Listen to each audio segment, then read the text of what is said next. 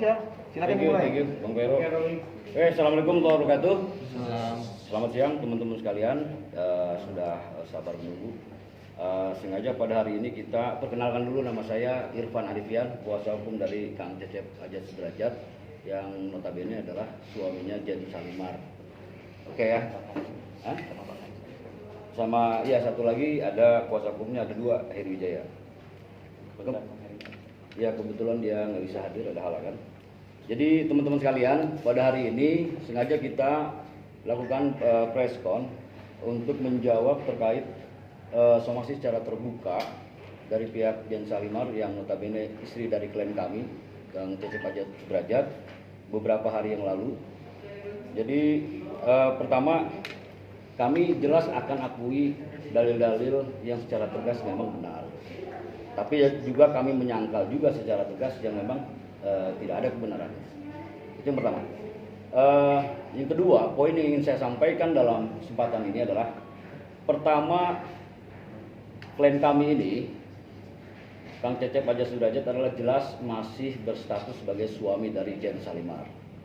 Ya, mereka nikah secara resmi pada bulan Februari 2020. Ya, sampai saat ini belum ada putusan pengadilan yang menyatakan mereka sudah putus inkrah, mempunyai kekuatan hukum tetap, cerai yang dibuktikan dengan akta cerai. Nah, artinya mereka masih terikat sebagai suami dan istri, sebagaimana yang diatur dalam Undang-Undang Perkawinan Nomor 1 Tahun 74. Itu clear ya.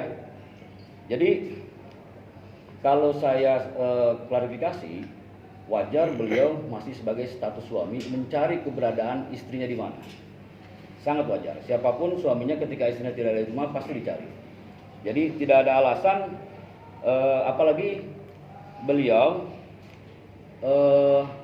mengizinkan suatu pekerjaan yang sepanjang itu adalah sangat positif, gitu ya. Itu yang pertama. Yang kedua, kita mengklarifikasi soal kecurigaan yang memang didalilkan oleh pihak Jen Salimar,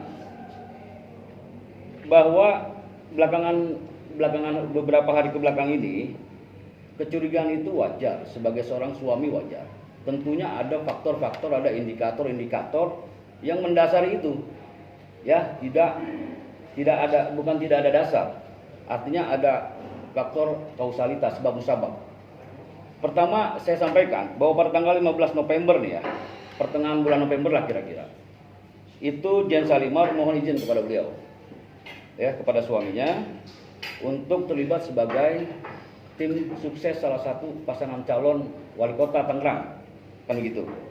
Beliau mengizinkan, bahkan beliau mengantar, sebagai seorang suami mengantar, ya, keberangkatan dari Bandung ke Jakarta, ya. Setelah itu beliau balik lagi ke Bandung, ya, karena ada tugas-tugas lain sebagai seorang suami. Artinya jelas di situ ya, kedudukan beliau juga mengizinkan dan mengantarkan, dan komunikasi beliau baik-baik saja, nggak ada masalah, gitu loh. Kemudian Jen Salimar pada saat sudah terlibat sebagai tim pemenangan, tim sukses dalam pilkada di kota Tangerang, beliau diberikan fasilitas mobil, ya, jeep, sebagai operasional kendaraan pemenangan, dan itu diberitahu oleh Jen Salimar kepada suaminya. Artinya beliau secara etika memberitahu awalnya, ya kan. Nah, tapi wajar juga sebagai suami itu pinjaman operasional dari siapa. Nah, akhirnya beliau menjawab, pinjaman dari ibu calon wali kota, adik dari ibu calon wali kota, kan begitu. Nah, tentunya beliau juga kan membuka komunikasi dengan si ibu calon wali kota tersebut. Faktanya ibu wali kota tersebut setelah dikonfrontir tidak tahu mobil tersebut milik siapa. Oke, itu kecurigaan wajar ya sebagai seorang suami. Nah, kemudian saya jawab lagi, sepanjang pertengahan November 2020 sampai tanggal 5 Desember 2020, ya kurang lebih 3 minggu tuh ya, klien kami dengan Jen masih komunikasi aktif. Tapi puncaknya pada tanggal 5 Desember di pagi hari masih komunikasi, masih video call komunikasinya, kira-kira jam 7 jam 8 pagi lah. Tapi menjelang sore hari ke malam hari ini sudah putus komunikasi. Ditelepon tidak diangkat, dihubungi melalui media sosial juga tidak dihiraukan juga. Akhirnya klien kami tidak berhenti di situ. Sebagai seorang suami wajar toh khawatir, ya kan? Ada apa dan di mana keberadaannya. Beliau akhirnya menyusul ke Tangerang, ya kan? Untuk mencari tahu informasi dan keberadaannya. Sampai di Tangerang di tanggal 5 Desember sore hari menjelang malam ya. Beliau tidak ditanggapi. Lantas beberapa jam kemudian ditanggapi, setelah share lokasi ditanggapi. Saya lagi sedang bersama calon ibu wali kota. Dan di sini pun situasi kondisinya kredit katanya. Tidur pun berdempetan. Itu alasannya. Akhirnya kan dengan tidak puas sebagai seorang suami ya sudah mau apa lagi, pulang ya ke Bandung lagi besoknya. Tapi faktanya kita mendapati beliau tidak tidur di rumah si ibu calon wali kota gitu loh. Ini kan tanda tanya besar, betul. Nah itu ya, jadi praduga kita muncul di situ. Wajar sebagai seorang suami. Nah, dan kita menjadi bagian untuk memperbaiki itu. Ya, tidak bertugas di situ. Artinya setelah kita dalami lagi, dia pun sebetulnya tidak terlibat lebih jauh dengan tugas-tugas yang tupoksinya dari si ibu calon wali kota tersebut. Jadi intinya ini juga menjadi sebuah kecurigaan sangat wajar gitu. Diberikan fasilitas, katanya tidur di rumah ibu calon wali kota, faktanya nggak di sana dan tugas dan fungsi pokoknya juga tidak itu gitu. Dia hanya ditugaskan menemani bersepeda gitu loh. Tapi dia diberikan tugas memberikan uang saksi dan lain sebagainya. Artinya sudah kabur kemana-mana. Oke ya. Kemudian tentang ucapan talak yang telah disampaikan oleh pihak kubu Jan Salimah. Begini teman-teman. Klien kami ini memang di bulan kurun waktu ya, bulan Juli sampai bulan November, terakhir November. Beliau sudah sampai, kita akui bersama-sama bahwa beliau dengan cerita beliau telah 3 kali mengucapkan talak. Ya, talak itu memang domainnya ada di seorang laki-laki atau imam kepada istrinya. Nah, kemudian itu bulan Juli pertama beliau mengucapkan talak. Juli ya, pertengahan tahun. Nah, kemudian setelah itu sampai ketiga kalinya terakhir di bulan November. Talak ketiga. Artinya kalau dalam hukum Islam ini udah talak bain kubro. Ya, di mana seorang laki dan perempuan sudah tidak boleh lagi menggauli istrinya, begitupun istrinya, kecuali dia ijab kabul lagi dan dihadapkan 2 orang saksi. Tapi faktanya enggak. Sejak dia mengucapkan talak pertama pun, ya pihak Jan Salimah masih juga bertahan di Bandung dan masih dalam satu atap dan masih menjalankan hubungan layaknya suami istri. Bisa dibayangkan. Dengan alasan katanya tidak enak dengan keluarga kalau langsung cabut, ya kan? Ini nggak masuk akal gitu loh. Ya kalau sudah talak ya pisah ranjang namanya, baru kemudian gugat cerai gitu loh. Ini kita mau luruskan. Jadi akhirnya sampai pada tanggal 5 Desember beliau kejar ke Tangerang itu pun itu masih dalam kerangka suami istri. Karena sepanjang ada 3 talak ini dia masih seakan-akan tidak ada terjadi apa-apa. Ini kita informasikan kepada masyarakat luas bahwa klien kami dasar ceritanya begitu. Nah maka dari itu ya kalau dia ingin menggugat cerai ya gugat cerai aja. Jangan terlalu diomong-omong gitu loh. Karena kapasitas beliau tanggal 5 Desember itu kalau dikaitkan dengan soal talak, beliau sudah normal lagi sebagai suami istri. Gitu loh. Saling mengasihi, saling menyayangi gitu loh kan. Seperti itu kawan-kawan. Nah, kemudian yang terakhir ya soal gugat cerai. Beliau memasukkan gugatan cerai. Itu hak. Ya kan? Hak semua warga negara, suami istri, kalau suami mengikrar talak, kalau istri menggugat cerai, ya silakan aja, nggak perlu diomong-omong lah kalau menggugat cerai. Ya kan, hukum kan normatif aja begitu. Ya kan? Jadi yang kami ingin sampaikan adalah proses pembelajaran kalau semua kita di Indonesia ini sudah menganut adat ketimuran, dalam hal ini kita berpijak pada dasar Undang-Undang Nomor 1 Tahun 74 bahwa perkawinan adalah ikatan suami istri lahir batin ya kan, untuk menuju kekal dan bahagia, ini tercederai gitu. Masa istri mensomasi suami? Coba bayangkan. Kalau kita sebagai para suami disomasi istri gimana ceritanya? Sudah punya anak dan lain sebagainya. Ke rumah orang tuanya seperti yang kita ketahui kan sekarang berada di sana gitu Kang. dia berada di sana kan hari-hari belakangan ini aja. Selama dia waktu itu kurun waktu dari mulai saya mengantarkan dia ke Jakarta sampai dengan kemarin terakhir saya blow up di media itu masih tidak ada di sana. Itu buktinya saya ada. Buktinya saya ada bahwa dia tidak ada di sana. Artinya mungkin ada niatan baik untuk menjemput dan ngomong baik-baik gitu kan? Niatan itu ada, sangat ada sekali. Buktinya saya pada saat itu pun meminta bantuan terhadap ibu calon wali kota itu untuk mempertemukan saya dengan Jen. Artinya saya masih berusaha untuk menyelamatkan rumah tangga itu. Makanya saya minta bantuan terhadap ibu calon wali kota tersebut, dan alhamdulillah pada saat itu ibu calon wali kotanya juga bersedia. Hanya yang tidak bersedianya Jen sendiri. Soal isu perselingkuhan seperti apa, Bang?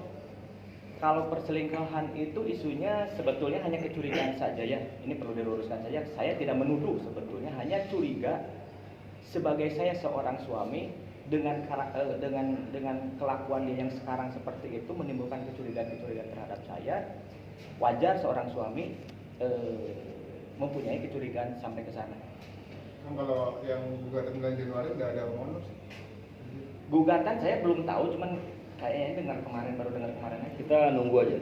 Curiganya sendiri seperti apa sih, Sudah Kang? mengumpulkan bukti mungkin, Bang? Kecurigaannya sebagai seorang suami seperti apa? Kecurigaannya, boleh saya menjelaskan lebih Ya, ini ya? Oke. Saya ini dari pertama aja ya. Dari pertama, malam kemarin saya dengar bahwa Jen itu diwawancara di salah satu channel YouTube. Dia mengatakan bahwa saya tidak pernah menghubungi sampai detik dia diwawancara. Itu sangat jelas.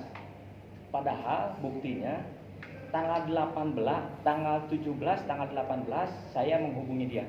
17, 18 Desember. Itu saya menghubungi dia. Bisa saya tunjukkan boleh nggak? Boleh, Ya, boleh, Bang. di sini aja.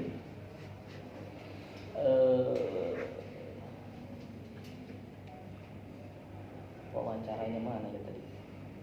Itu aja ya langsung. Oh ini dia. Ini ada wawancara dia di YouTube. Dia menyebutkan bahwa dia sampai detik ini tidak pernah menghubungi. Saya buktikan bahwa saya tanggal 17, tanggal 18 itu adalah saya menghubungi dia. Ini WA-nya masih saya simpan semua.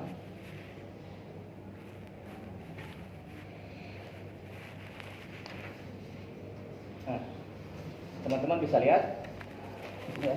Dibacain aja, Kang. Dibacain ya. Ya. Ini hari Kamis tanggal 17 Desember. Ya. Kamis 17 Desember. Saya menjawab karena dia waktu itu pernah mau datang ke Bandung. Dia pernah janji mau datang ke Bandung. Kelar pencoblosan, Kamisnya saya ke Bandung. Kita omongin semuanya. Dia janji ya mau ke Bandung. Tapi saya sampai tanggal pencoblosan itu kan tanggal 9. Ya. Anggaplah melarnya tanggal 10 atau nggak tanggal 11 dia harus ke Bandung karena dia sudah berjanji. Ternyata sampai tanggal 17 tidak ada. Saya bertanya, jadi kapan kamu mau ke sini? Katanya mau omongin semuanya. Nah, ini kan checklist 2 biru. Artinya dia baca. Ya kan? Tidak ada respon, tidak ada apa. Saya WhatsApp lagi. Jumat tanggal 18-nya. Ini saya ada. Dan ini juga checklist 2 biru. Artinya dia sudah membaca. Nah, berarti statement dia yang di wawancara di YouTube itu adalah palsu, bohong. Bahwa saya tidak pernah menghubungi dia sampai detik dia di wawancara itu. Artinya dia sudah melakukan pembohongan. Satu. Kemudian yang kedua, ketika tadi kan ada pertanyaan alasan-alasan saya curiga perselingkuhan ya. Pada saat itu hari Sabtu tanggal 5 yang pagi-paginya masih video call, sorenya karena hati saya mungkin naruli seorang suami kali ya, saya Sabtu sore itu berangkat ke Tangerang dengan maksud dan tujuan saya mau ketemu istri saya. Sudah 2 minggu ini saya tidak ketemu dengan dia. Nah, akhirnya saya berangkat tanpa memberitahukan terhadap dia. Di jalan saya sudah WhatsApp, tapi masuk tol Tangerang itu saya udah WhatsApp, tapi tidak ada respon. Sampai akhirnya saya nyampe di sana, kebetulan pada saat itu saya pakai travel. Begitu sampai di checkpoint travel itu saya WhatsApp lagi, ternyata nggak ada respon juga. Nah, ketika saya Sherlock, saya sudah di sini, itu sekitar jam 7 atau setengah 8 lah. Itu baru ada respon lagi jam 9 lewat. Malam, siang, pagi. Malam. Saya datang jam 7 sampai jam 8 malam itu standby di checkpointnya travel tersebut.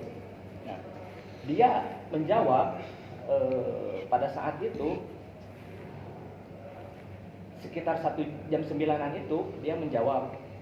Jawabannya bisa kita lihat ya, dan bisa saya ini lagi konfrontir lagi ya. Ini saya buktinya bahwa saya datang ke Tangsel Tanggal 5 Desember ya? tanggal 5 Desember, Sabtu 5 Desember, tanggalnya masih ada. Iya. Tanggalnya Sabtu. Ini aku di Tangerang sengaja datang ke sini. Dia nggak ada ngerespon. Saya mulai WhatsApp itu jam 19.41. Nah, terus dia jawab jam 21.20 setengah 10. Kebayang nggak? 1 jam setengah saya diam, nggak ada kabar tanpa sedikit pun dari dia. Nah, dia jawab, ya Allah ya, kenapa lagi? Ini lagi di titik terakhir acara penurunan. Dia bilang alasannya traffic uang dan lain sebagainya, sampai saksi bermasalah, kelar kita semua. Please, ini lagi panik. Oke. Terus ada lagi bahasa yang ini pun diamini sama timnya dia, bahwa dia berbicara begini. Kita itu meeting serius, gak ada yang naruh handphone di atas meja ngomongin masalah uang saksi yang jumlahnya puluhan M. Semua HP harus di silent. Masa lagi bahas hal teknis terus aku ngebandel sendiri? Jangan malah disalah-salahin. Ini lagi koordinasi saksi yang masih berjubel di rumah bunda. Pening kepala nih. Dan ini pun diamini sama timnya Jen Saliman. Padahal yang sesungguhnya adalah saya cross check langsung ke ibu calon wali kota tersebut. Saya bertanya,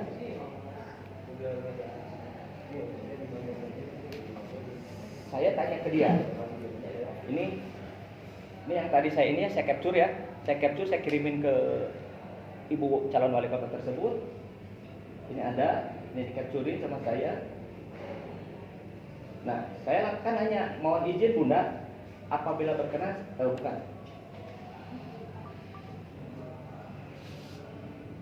Nah, saya bertanya ke dia bahwa mohon izin bunda, mohon maaf satu lagi yang masih mengganjal di pikiran saya tentang ini. Tadi yang dia cerita ya, cerita traffic uang dan lain sebagainya bermasalah di saat di titik itu.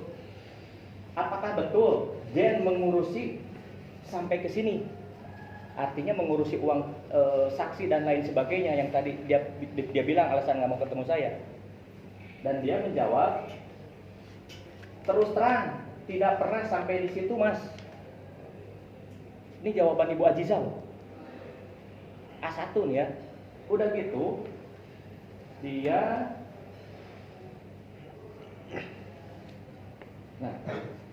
kegiatan, mohon maaf, kegiatan kampanye sudah sejak September dan Jen ikut mulai di bulan November.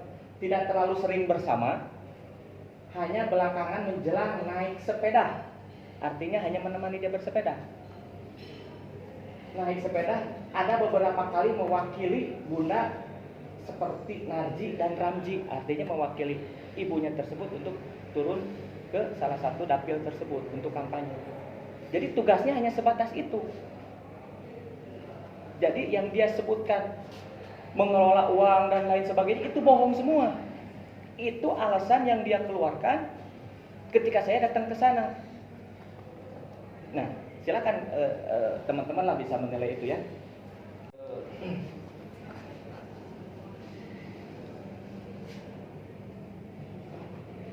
Setelah itu juga ada masalah dia tidur di sana tadi bertumpuk. Ya kan tadi bisa dibaca ya. Bahwa nggak mungkin nyuruh kamu ke sini sementara kita juga tidur bertumpuk. Oke, saya akhirnya tidak ini. Selang sehari karena saya langsung pulang lagi, selang sehari besoknya ketika saya di Bandung saya melihat medsosnya dia. Ternyata yang terjadi adalah Jarno anaknya itu ada di sana. Pada malam itu dia foto-foto dan dia tampilin di medsos.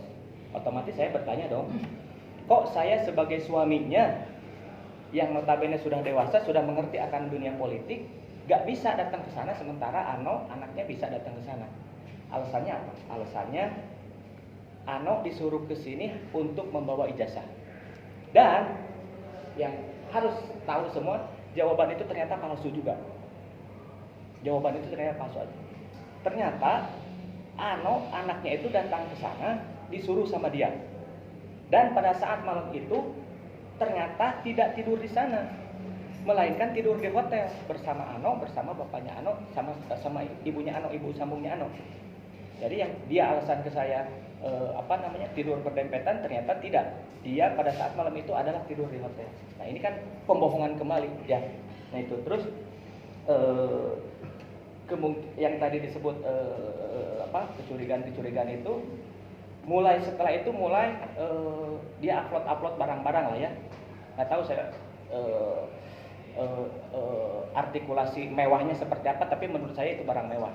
Pertama, banyaklah di media-media sosialnya dia itu ada foto-foto sekian, termasuk salah satunya yang tadi yang saya kecurigaan itu dari mobil itu. Nah itu jadi dari situ, dan itu pun saya sebagai suami merasa aneh. Saya tidak memberikan uang, tapi dia bisa beli itu, dia bisa tunjukkan itu semua. Sementara saya tahu isiannya seperti apa.